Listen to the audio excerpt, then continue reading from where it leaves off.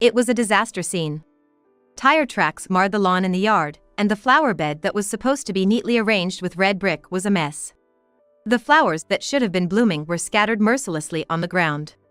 Red and white petals were dirted with soil, their beauty nowhere to be seen.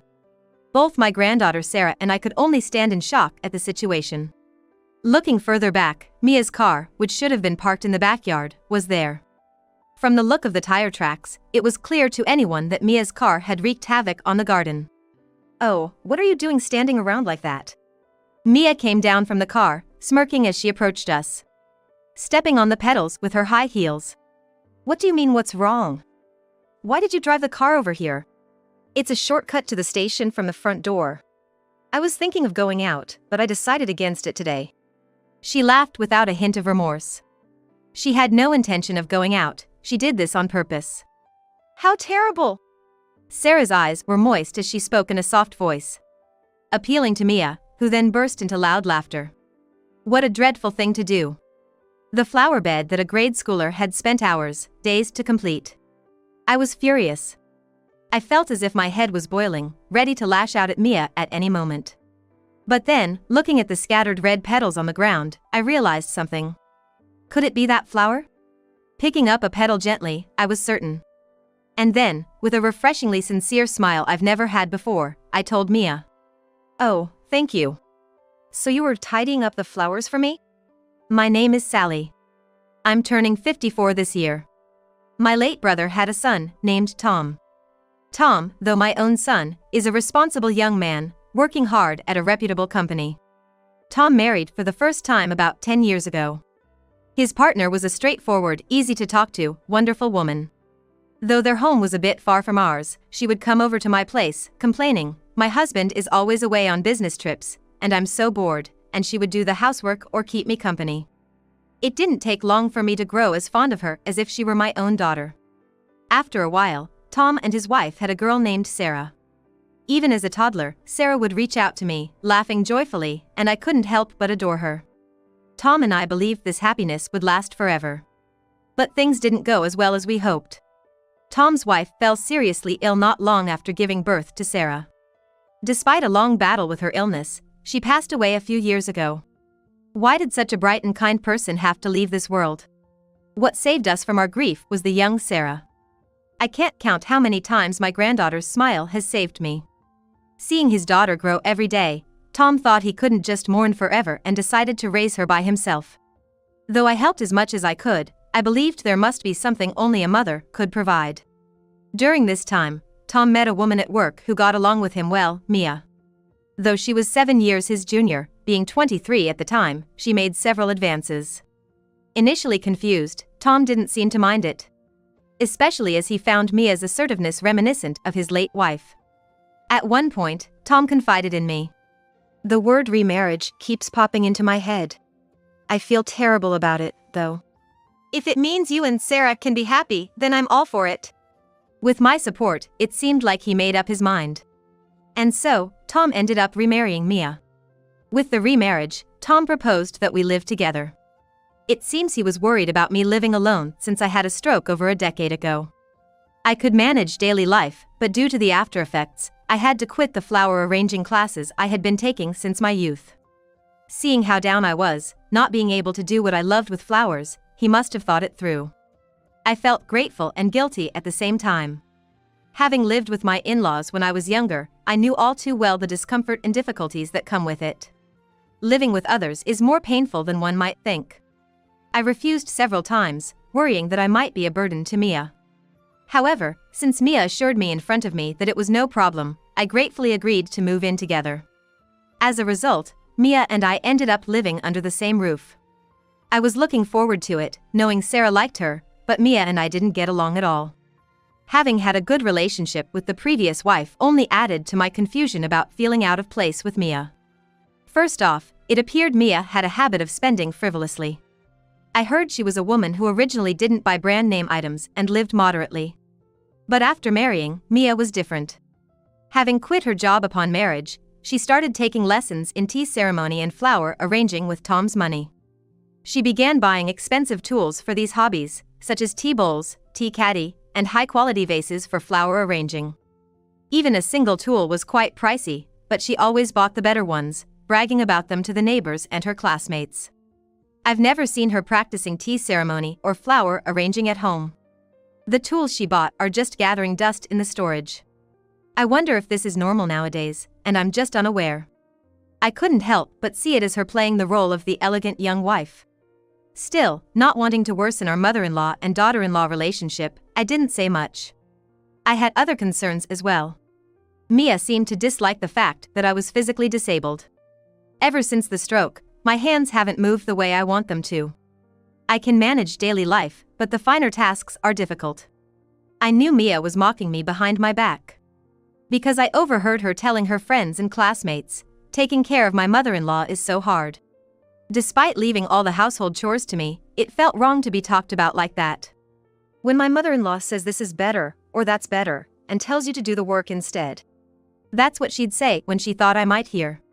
I even thought about discussing it with Tom. However, Tom's job involves a lot of traveling. Since the remarriage, he hasn't been home much, possibly as a rebound from asking him to reduce his business trips before. Moreover, Mia only does some housework when Tom is home, as if to deceive him. Complaining might only worsen the problem. I was also concerned about Sarah. When she's at home with Mia, she seems uncomfortable. I thought she was just nervous about living with a new family member, but it went on for too long. I also noticed that Mia's look at Sarah was the same as when she mocked me. Sadly, there was no SOS from Sarah. "Sarah, is something wrong?" I casually asked her. Each time, Sarah would look puzzled and then quickly smile, saying, "No, nothing's wrong, Grandma." Is it my imagination that her smile seems forced?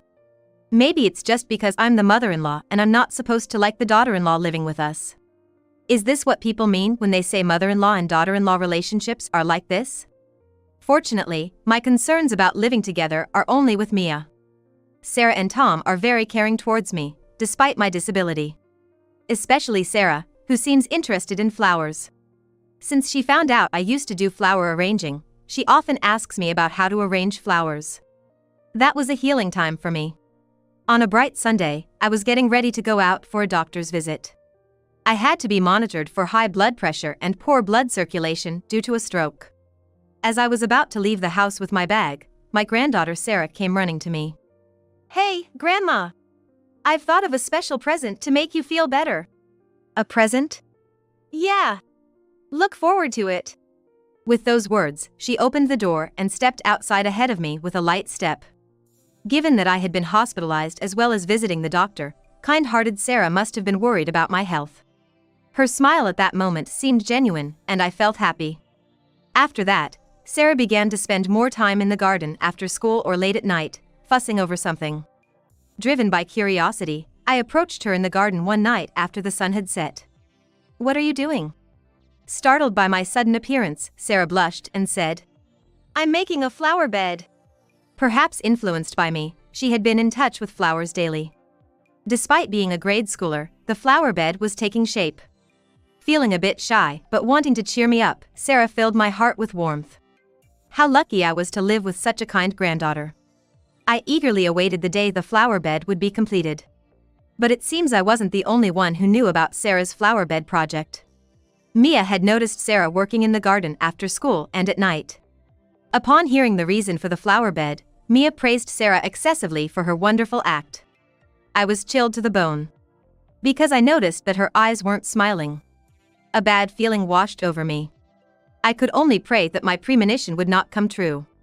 Contrary to my hopes, the day the flower bed was completed, an incident occurred. "Grandma! The flower bed is ready." On another sunny Sunday, Sarah came to me with a smile, announcing the completion of the flower bed.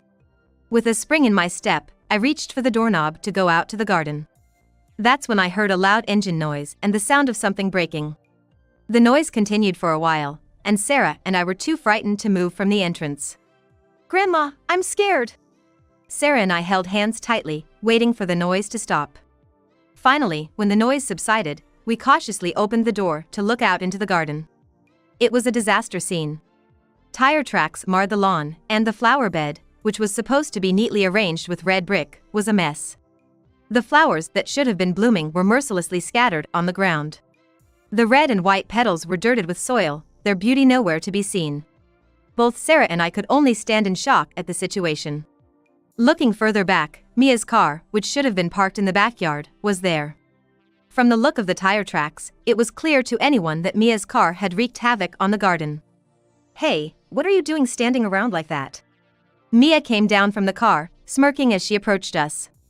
Stepping on the pedals with her high heels. "What do you mean? Why did you drive the car over here?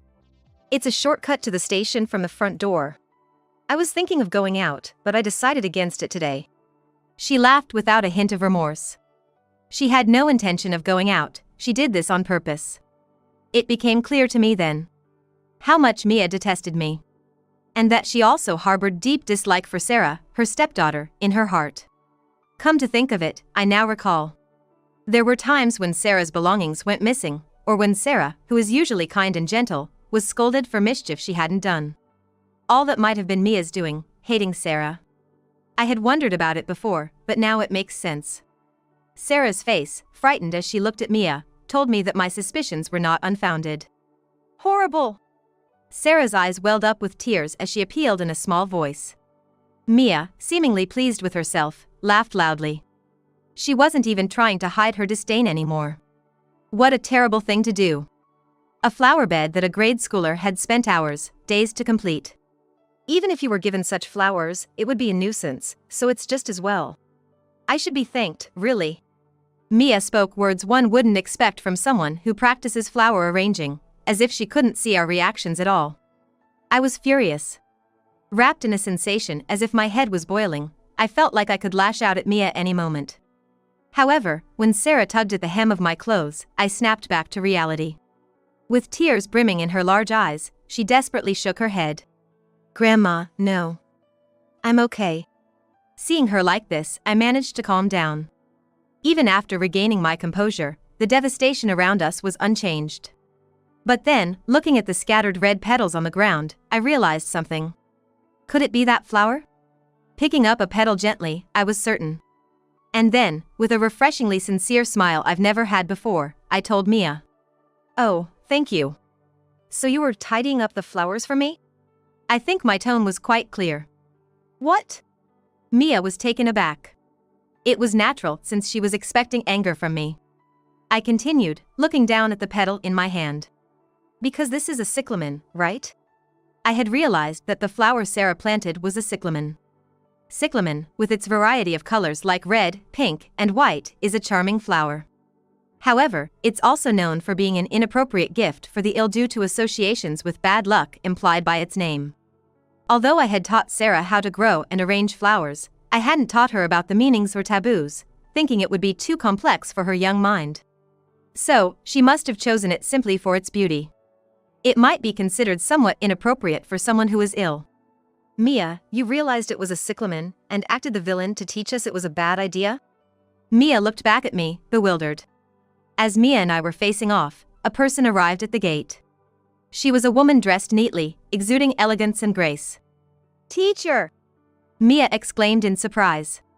The woman was the teacher of the flower arranging class Mia attended. Her cool gaze probably held a hint of sternness. "Mia, good day." "Hello. What brings you here?" Mia asked, her voice faltering under the teacher's stern tone, creating a solemn atmosphere. "I had an appointment nearby and came running when I heard a loud noise. I saw everything." "No, this is..." Mia, caught in the act by the last person she wanted to see. Her voice rose in panic. The teacher was the most renowned flower arranger in the area. Mia knew this and had started attending her classes. "That's enough. I don't want to hear any excuses. Sally has been attending my class for a long time. We have a long history." "Huh?"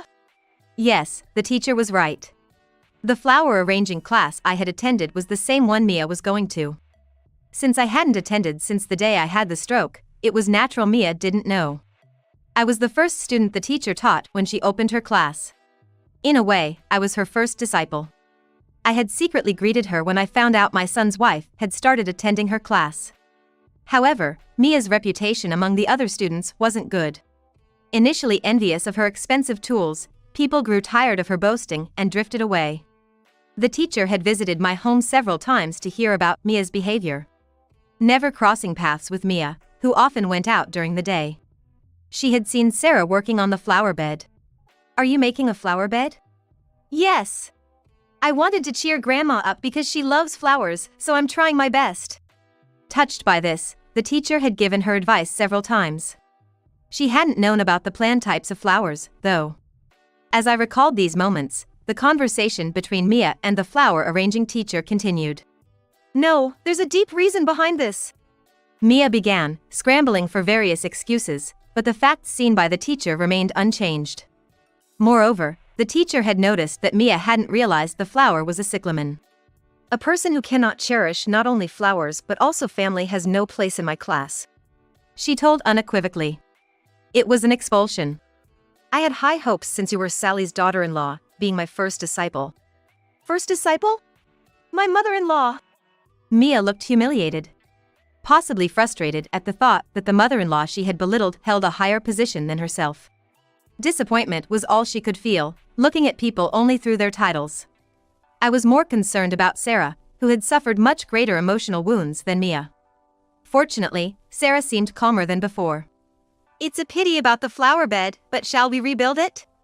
Can I join you this time?" At that, Sarah nodded slightly. After the teacher left with a graceful bow, we returned home.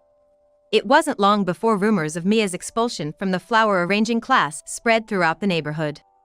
Furthermore, because it was part of the same 3 arts as tea ceremony, the news seemed to have reached the tea ceremony teacher as well. She was also told not to come back. Naturally, the story of the expulsion spread, detailing how Mia had destroyed her stepdaughter's flower bed out of spite and insulted the flower arranging teacher's setup. Mia tried to make excuses to those around her, but given her usually arrogant attitude, it seemed no one was willing to listen.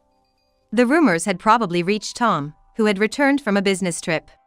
He questioned Sarah and me and learned the whole truth from the teacher. He became aware of the daily mistreatment we had faced. Looking back, I regret not consulting Tom sooner. Perhaps Sarah would not have been affected. Furthermore, it came to light that Mia had been verbally abusing Sarah daily and had taken the allowance and New Year's money I had given her. No wonder she seemed uncomfortable at home every day. I regret not noticing sooner. Upon further investigation, it was discovered that Mia had also unilaterally cancelled an educational insurance policy, using the funds for her hobbies and luxury items. Tom was deeply troubled by the hardship he had caused us. He was furious at Mia's treatment. "Divorce. What you did to Sarah and my mother. I'll sue you." He demanded a divorce from Mia, seeking compensation for the misused funds and our emotional distress. Faced with the demand for divorce and compensation, Mia, realizing she had no chance of winning, frantically begged Sarah and me for forgiveness. "I'm sorry. I won't do it again. Sarah, you'd be lonely without me, right? And you need me because of your disability, don't you? Please, forgive me." Sarah hid behind Tom, terrified. I couldn't possibly forgive Mia for ruining my granddaughter's feelings. "I'm sorry, but I can't forgive you." Mia was divorced and had to leave the house. Moreover, she had to take out loans to pay the compensation. Disowned by her own parents, who told her not to get involved, she had no choice but to repay the debt on her own. Having lived a life of leisure, she must be finding it tough. Apparently, Mia had always aspired to be a housewife. Hence why she approached Tom, who had a relatively high income for his age. Even after starting work, she seemed to be constantly in trouble with interpersonal relationships. The reason I know so much is that she came to our house trying to reconcile, sharing her situation. After being fired from several jobs in a row and being in dire financial straits, she tearfully spoke of her hardships, far from the elegant young lady she aspired to be. Sarah and I were exhausted by the constant doorbell ringing during the day. Every time Mia came, we had to call the police to send her away, and Tom says it looks like we'll have to sue her again because of that. To prevent further interference from Mia, we sold the house and moved. "I'm really sorry for not realizing Mia's malice and causing you and Sarah such fear." He requested a transfer to a department focused on remote work, which was readily accepted by his understanding superiors, increasing his time with Sarah significantly. "I've realized that more than a mother's presence, I need to be involved with Sarah myself." "That's right. Sarah's smile is the best proof. Spending more time with Tom, who was often away on business trips, Sarah seems to have more smiles than before. Perhaps it's due to my diligent rehabilitation, or maybe it's the increased time spent with my son and granddaughter. My stroke after effects are gradually improving. Even the doctor at the hospital was impressed by the great progress. When I reported the good progress to Sarah and Tom, they were overjoyed, jumping up with happiness. Now, we are cultivating seasonal flowers together in the new flower bed Sarah made at our new home, teaching her the meanings of the flowers along the way. When Tom has time, he joins us in the garden.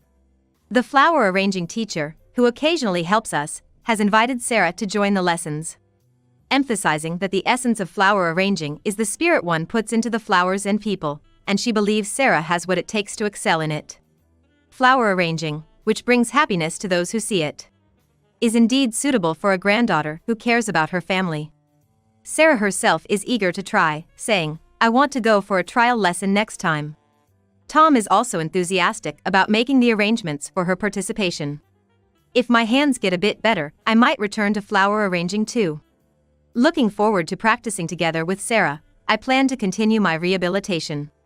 Though challenges may lie ahead, I pray for the continuation of this peaceful life with Tom and Sarah. "Grandma, the flowers have bloomed." As if responding to my feelings, the flowers in the garden gently swayed.